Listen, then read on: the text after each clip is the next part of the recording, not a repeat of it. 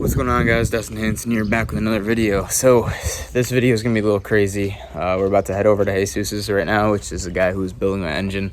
We have to go over there, pick that up, that way we can get it back and finish up the oil pan, a couple minor things, and then we need to paint the engine bay, fix my mistakes from the last video. We are not using the 13B RE manifold anymore. We're gonna be using the stock FD one, just because it's gonna save time, all that stuff. So we need to go ahead and port that manifold. So everything, it's gonna be a little crazy video, but stay tuned and I hope you guys enjoy.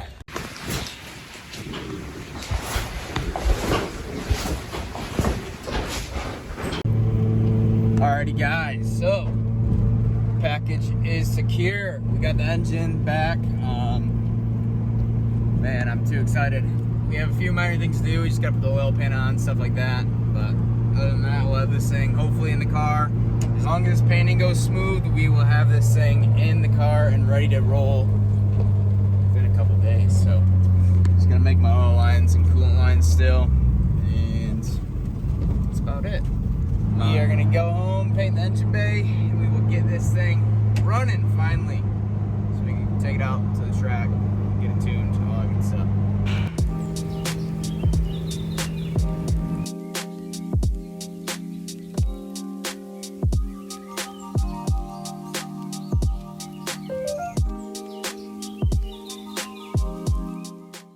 All right, here she is, all ready to be put in. I just gotta put the turbo, lower intake manifold, all that stuff on. Jesus is building me a spacer for my 13B RE upper intake manifold. That way it fits in the OEM FD location. There's Macy. Whole zoo is out.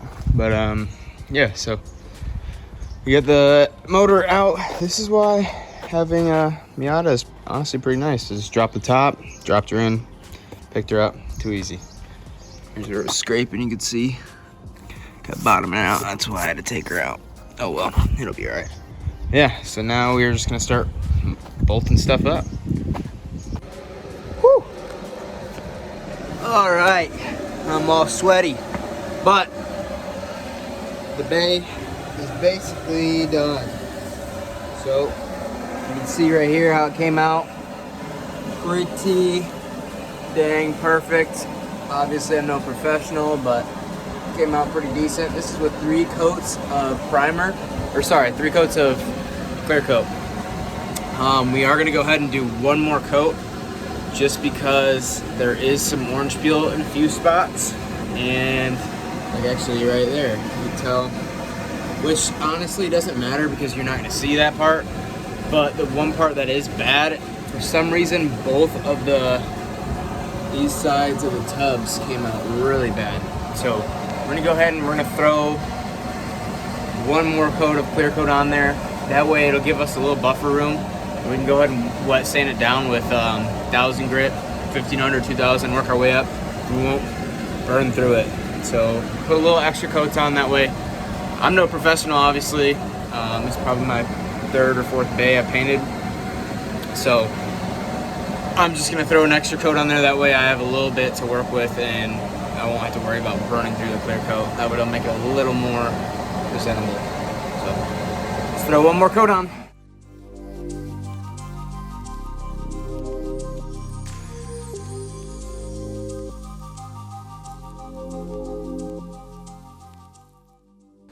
All right guys, so it is the next day. We did not get a lot done yesterday because people came over and I had to go run errands and all that stuff. So we really didn't do anything yesterday. Put a couple things on the firewall, but we're gonna have to take them off anyways. I'm lining the firewall with some gold reflective tape, so keep all the heat out and cover that ugly paint, to be honest. So we need to do that, and then we are putting the oil pan on this thing and the engine mounts so we could drop this thing in today. So that's the plan for the day. Hopefully we can get the motor in. I'm pushing for it. That's what we are gonna do today. So let's get to it. All right guys, so garage is all cleaned out. I still need to sweep, but all the painter's tape and all that stuff from masking the car is out. Honestly, the paint job came out really good in my opinion. You can tell here, came out real nice and smooth. Obviously there's still like some dust specks and stuff in here from the garage, but it's not a paint booth, so it came out pretty good. There's some orange peel in a few spots, but nothing like super crazy. This is my third time using an HVLP gun, and I think I've gotten light years better. And also this gun is just a cheap Harbor Freight equivalent. This is no like, you know, a couple $100,000 gun. This is literally a $15 gun, so came out really good. Now we just need to keep on trucking. We're gonna do basically everything on the firewall. That way we don't have to reach over the engine, and then we will get this thing ready to go.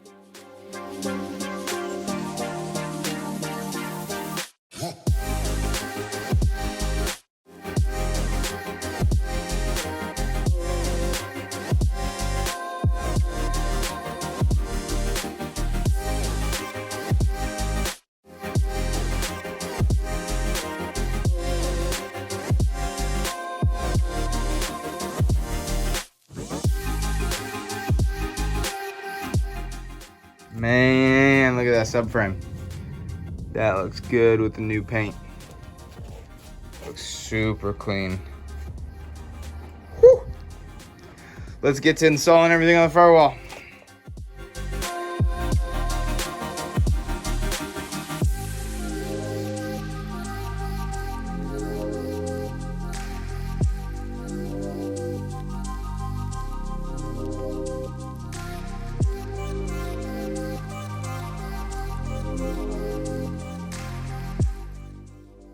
All right, guys, so we got the firewall all taped up. It looks a lot better than it did before. Put this cap on. I still need to go ahead and put everything on the firewall. We go ahead and throw the steering rack in, basically get everything ready to drop this motor in. Tomorrow, my buddy McRae is coming over to help me out, so we're gonna go ahead and do that tomorrow, but I'm gonna press ahead and get basically everything I can done. That way, once the motor is dropped in, it'll be easy wired up and start her up. So we're gonna go ahead, keep pressing with this.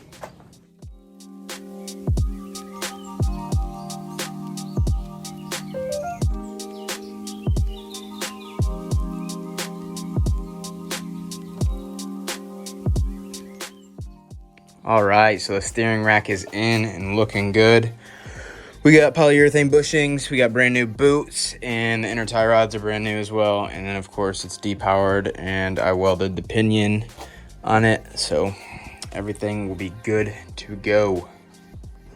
All right, guys, so we got everything mounted up to the firewall. Still need to test fit the steering shaft to see, make sure it fits with that right there, but then we need to build a little brake or a little spacer behind it to actually hold it, so it'll mount right there. But I went ahead and ran the slave line to the slave cylinder, so everything is good to go. All we need to do is hook up these brake lines, and then we will be done with the firewall. So tomorrow for sure, engine is going in. I need to see if this heater core line will fit with that turbo. I don't think it will, so I think I'm gonna have to chop it and then maybe run it down like this or something. Bend this, I don't know, we'll figure it out, but I gotta test fit it and make sure. So that's what it's looking like so far. It looks pretty dang good. So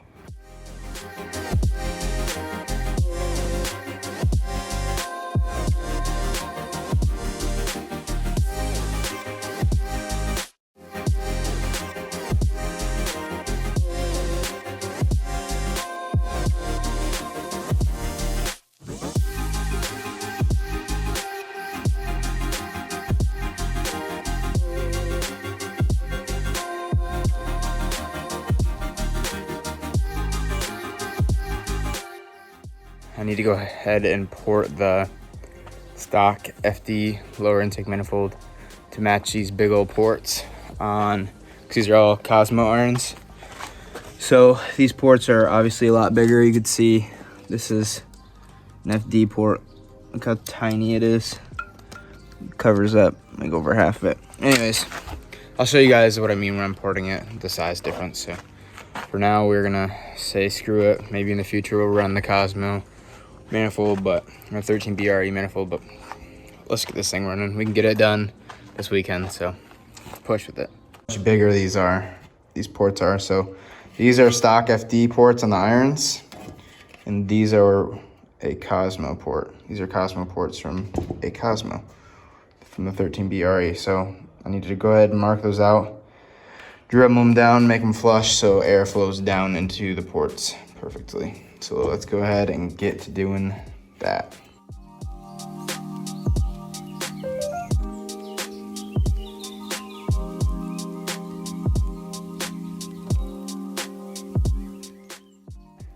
All right, guys, so you can see the difference now. This one still needs some porting. I'm gonna go ahead and sand everything out as well. But you can tell the difference, obviously, how much material I dremeled out. I still gotta do the rest still, but that is what it looks like. Then you go ahead and we'll use a sanding disc on the Dremel. We'll go ahead and smooth this runner out, so it will be perfect.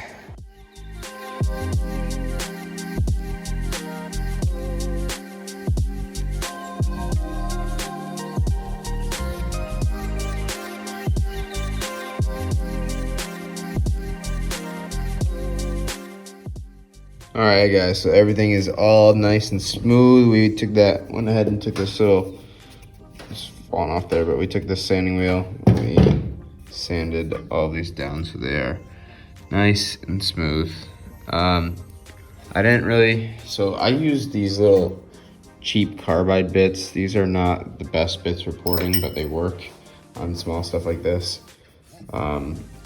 Obviously, you should use the bigger ones. They help out a lot better and be a lot faster, but good enough. Obviously, it worked. So we use those, and then we just used sanding wheels, messing around with stuff, trying stuff out. So came out pretty good. Now we just need to go ahead and run some gas and spray some air through these runners. You can see there are literal piles of shavings. We need to make sure this thing is super clean. So we need to run gas and air through these cylinders to get all these nasty shavings out, make sure it's super clean. That way tomorrow we can go ahead and just smack this thing right together and get this engine installed.